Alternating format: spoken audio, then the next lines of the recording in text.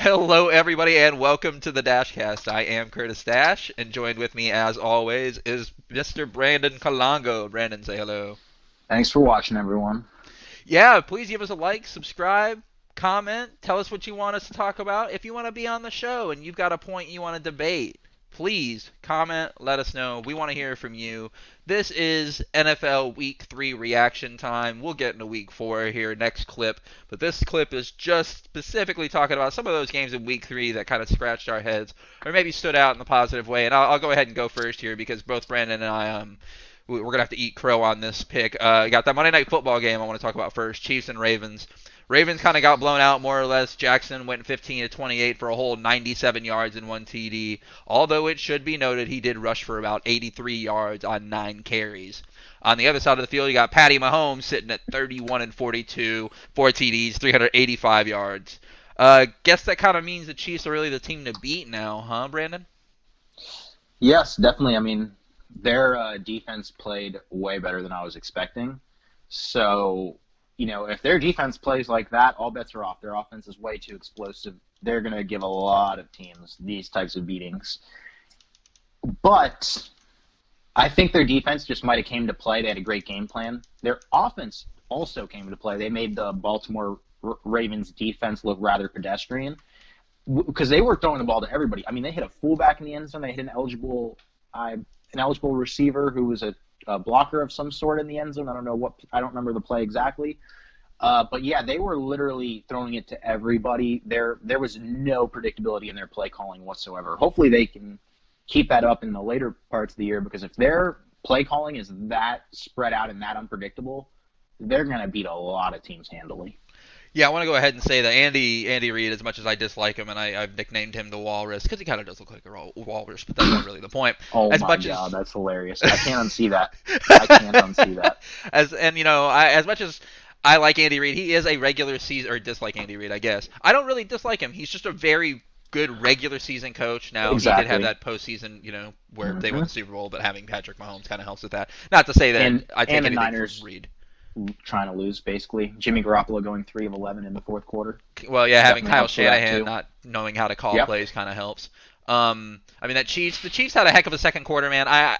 This actually, I'm more concerned for Baltimore because this drops Lamar to like Yeah. 0 and 3 against Patty Mahomes. Now he has yet to win a playoff game. This is coming off of an MVP season. We thought it was going to be a lot more competitive. The guy throws for a whole 97 yards. He only totaled for what it'd be like 160 something or 170 hmm something. That is hmm unacceptable in a big game, and I know it's only week 3, and I get that. But they actually, I mean, didn't the Baltimore Ravens play particularly well in week 2 and in week 1? Like, you would think they would continue to be a great team, but this, to me, it's unacceptable. Lamar Jackson's They got to do better. Yeah, they had chances where they could have kept it closer and kept it within striking distance towards the end. So I'm not gonna be too hard on LJack, because it's week 3, and True. I think sometimes you have an off game on the wrong night, and now if we're in the playoffs, totally different story. I'll be here Oh, yeah. ripping him, 100%. because You'll be how I first in feel about line. the playoffs.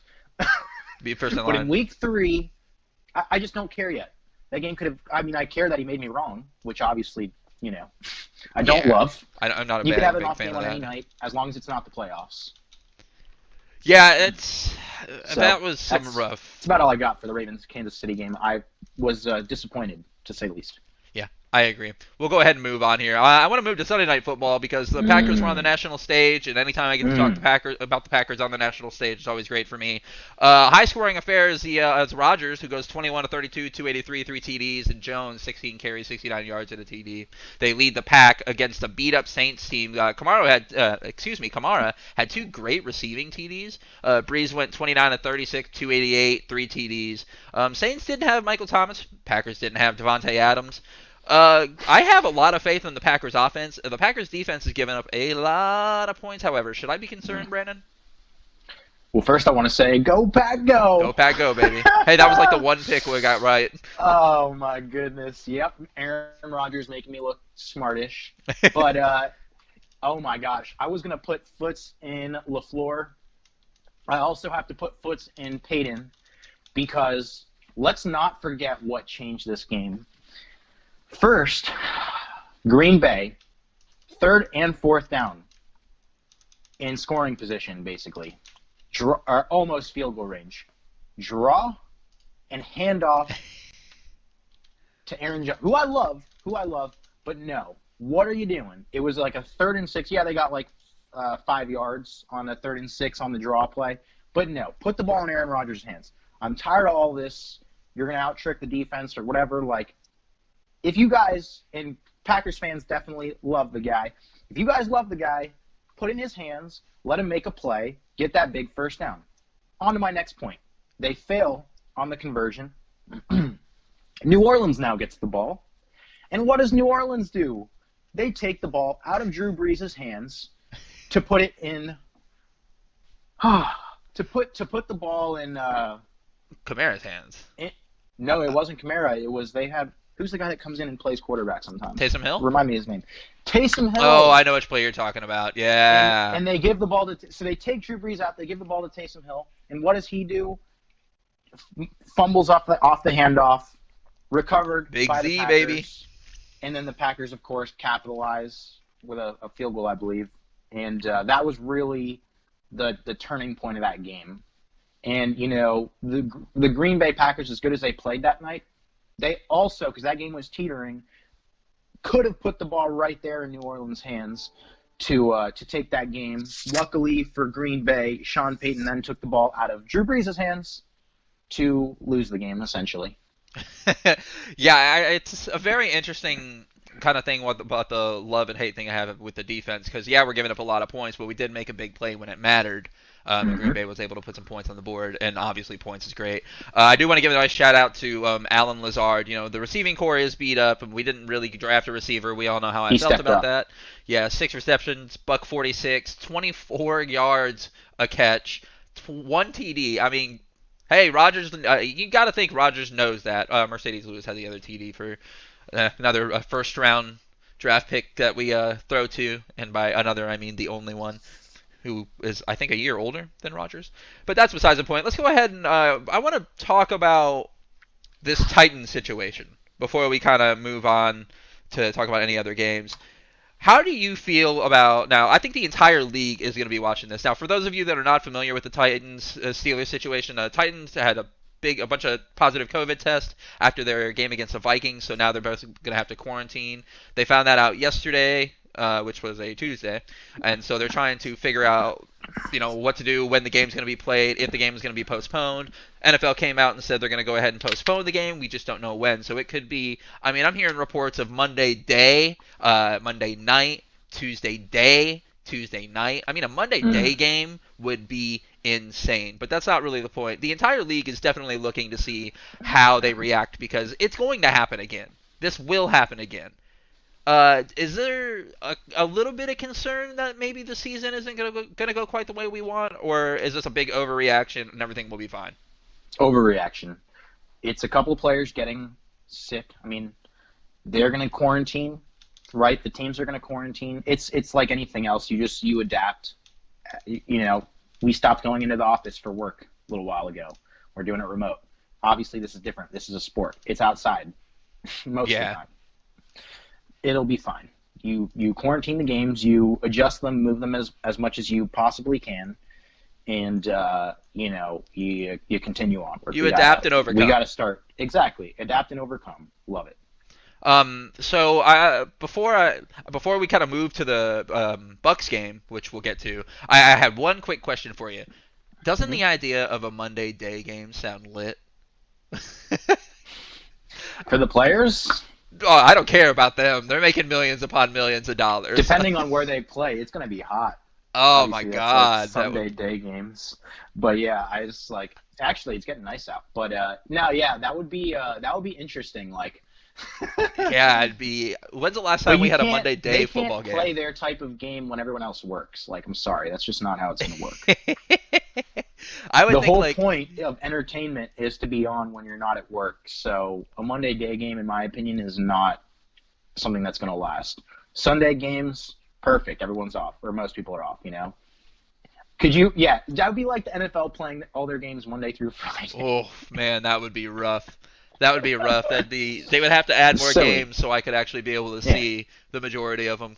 Because most people, they work 9 to 5s. They're not going to be able to go to a game. Well, yeah, a lot of people would probably call off. Anyway, let's just go ahead and jump to Move the one game Bucks. later, move the 8:30 game to 9, Well, that's what a lot and of then people were saying. Like you could move the Packers put them at kick or not the 6. Packers kick. Yeah, because the Packers Falcons is a Monday night game, and we'll talk about that Yeah, next for our next clip. But yeah, that'd be the 6 and Monday 9. night game, and have them kick off like around 5:30 or 6, maybe Hmm. 6:30, and then postpone the other one till 9:30. That'd be a late Yep. game though.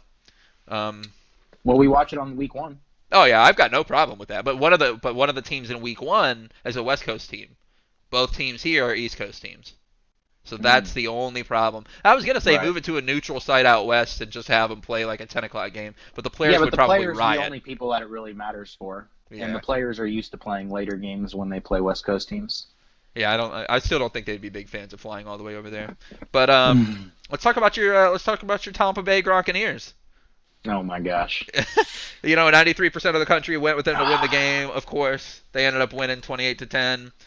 Your boy Brady, I mean, Played great. he didn't look bad. The team's kind of coming together. How are we feeling about the Bucks going into Week 4, man?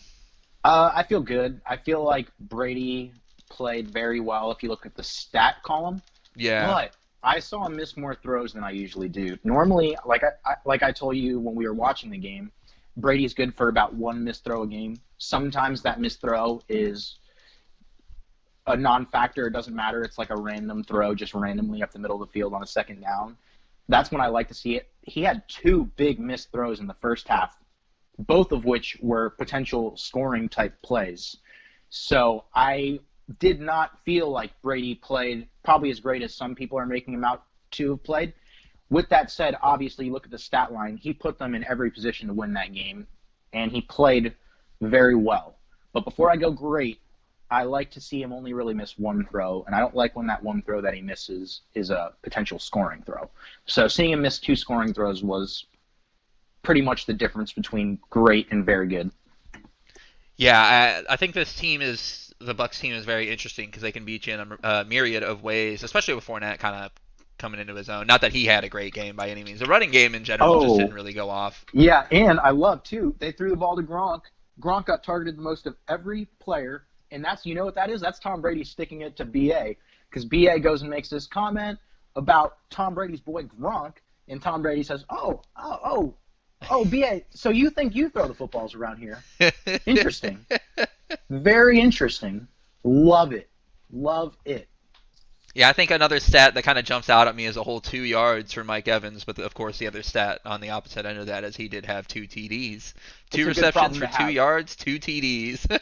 Hey, Not when too your shabby. biggest problem on your team is not giving the ball enough to Mike Evans, you're you're in a good spot. Godwin And, targeted 5 times, 64 And yards. Brady and also 1 TD. turned around and said, "Oh yeah, you think you're going to tell me about these throws that I miss? Well, I'm going to be missing the throwing to other people, not you, Mr. Fournette." So all around, loved it, hilarious. If they're going to dish it out, they better be ready to take it. So Tom Brady, the GOAT, doing GOAT things like usual with his Now, GOAT tight end. now, like you said, we did watch that game, and before we wrap up, I want to go ahead and ask you: are you disappointed we didn't get to see your boy Blake Bortles over on the Broncos, or are you satisfied with Driscoll? I thought Driscoll actually played good. I never thought he should have been pulled. I don't know if he got hurt or what happened, but they He pulled got him in hurt, the I second believe. half. He got hurt, I believe. Yeah, because there's a Okay, chance so that yeah. Bortles might start this week. No, Bortles didn't have the playbook ready. I was thinking it would be a far-off chance that we ever saw him on the field, obviously, because I didn't know that Driscoll was going to get hurt. And Right. then when he did get hurt, I was expecting to see Bortles, but I was also not surprised in the slightest that they didn't play him, because how do you possibly learn the playbook that fast? You don't. Well, I mean, unless you're Blake Bortles and you're a genius. But is there any other? Let's move on from that. Are there any other maybe teams you wanted to touch on before we dip out of here? Yeah, we got a couple games that we got to talk about. All right. First off, Rams-Buffalo. Oh, wow, I didn't know Buffalo could score like that. My goodness. Buffalo in a shootout wins 35-32. I am, I was giving the nod to, I wasn't giving England? the nod to Josh Allen. No, I was giving for the Rams, Jared Goff. Mr. I was Goff, giving yeah. him the nod in the one-on-one quarterback matchup, but I think right now what's just happening is Buffalo. Well, first off, the Rams are slight imposters. Like, they've always had good players, but then don't play that well as a team necessarily. And so I wasn't really completely sold on the Rams, but Buffalo did look amazing.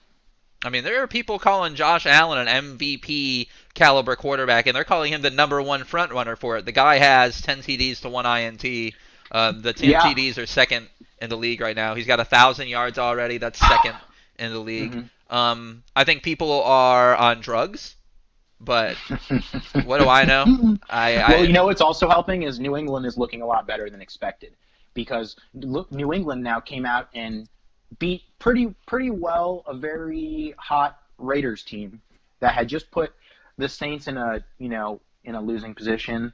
That New England team just proved that they're better than everyone thinks. The Raiders team proved that they're worse than everyone thinks. And the main reason why is Belichick used Gruden's stubborn inability to change yeah. against him. New England, they're going to do whatever it takes to win, and I really respect that. And I'm starting to give Belichick a little bit more props because I didn't think that he'd really be able to do what he's doing right now. Granted, he has Cam, but I'm giving Belichick a couple extra notches right now. From what I'm seeing, I like it. He's adjusting. They're playing good football.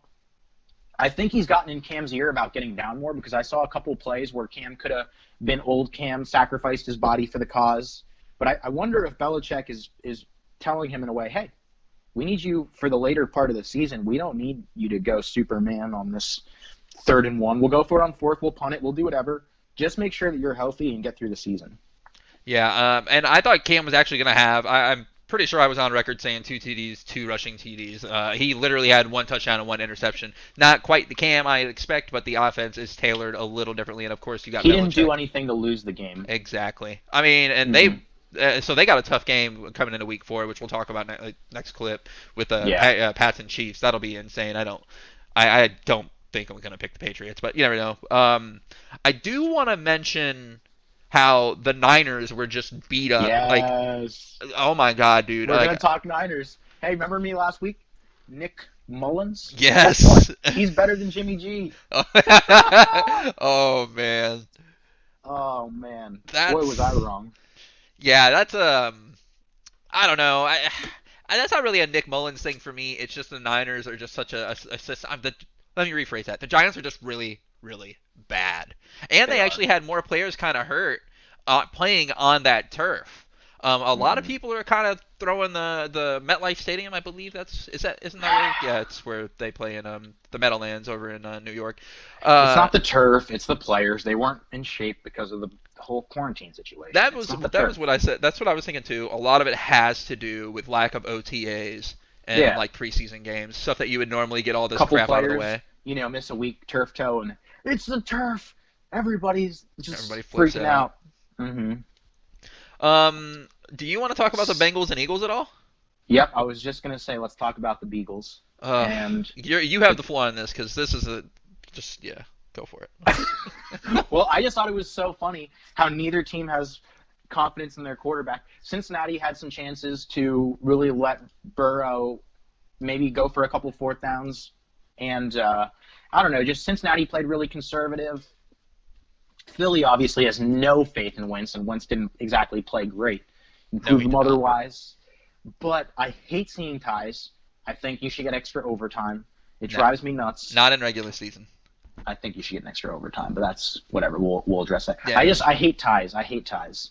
But I would have loved to see Cincinnati take more risk in that game and play for the win instead of play for the tie. Because I watched that game thinking Cincinnati played for the tie. And their offensive line is really that bad. Part of me actually doesn't want them to go 8-8, even though I predicted that originally, and it's not likely to happen now. I need them to draft 2 stud offensive linemen. First 2 rounds. I mean, do you think we see Jalen Hurts this season? They can't do a season-altering decision in Week 4, I don't think. Well, maybe not for Week 4, actually, but... I mean, not season-altering, franchise-altering. Yeah. They just gave Wentz a lot of money not too long ago. They did.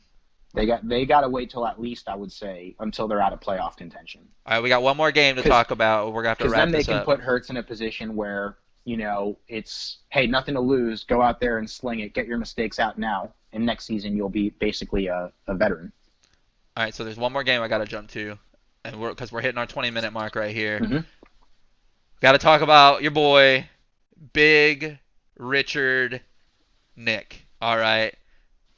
Comes in, saves the day for a team that I despise, and of course the Falcons yet again just squander another, any kind of lead. I don't know what's going on in Atlanta, and I hope it continues to stay bad because obviously we have them on a Monday night. But Nick Foles comes in, he's wearing a visor, he's wearing that dark visor to start the game. Comes in, immediately throws a pick, takes the visor off, throws for like 3 TDs, and now he's a hero as the Bears beat the Falcons 30-26. How are you feeling about Mr. Nick Foles? I'm feeling like that division just got a whole lot tougher, and I know you hate to hear that, but it's just the honest truth. Because Nick Foles is that guy. He's been that guy. He needed the right system. Chicago could very well be that system. He's got a big arm in terms of he can make a deep throw, and in Chicago you're going to have to. I think that Atlanta needs to have their panic meter on 10, and I'm totally okay with that because they're in the division of Tampa Bay, and so we need love to see them continue to choke.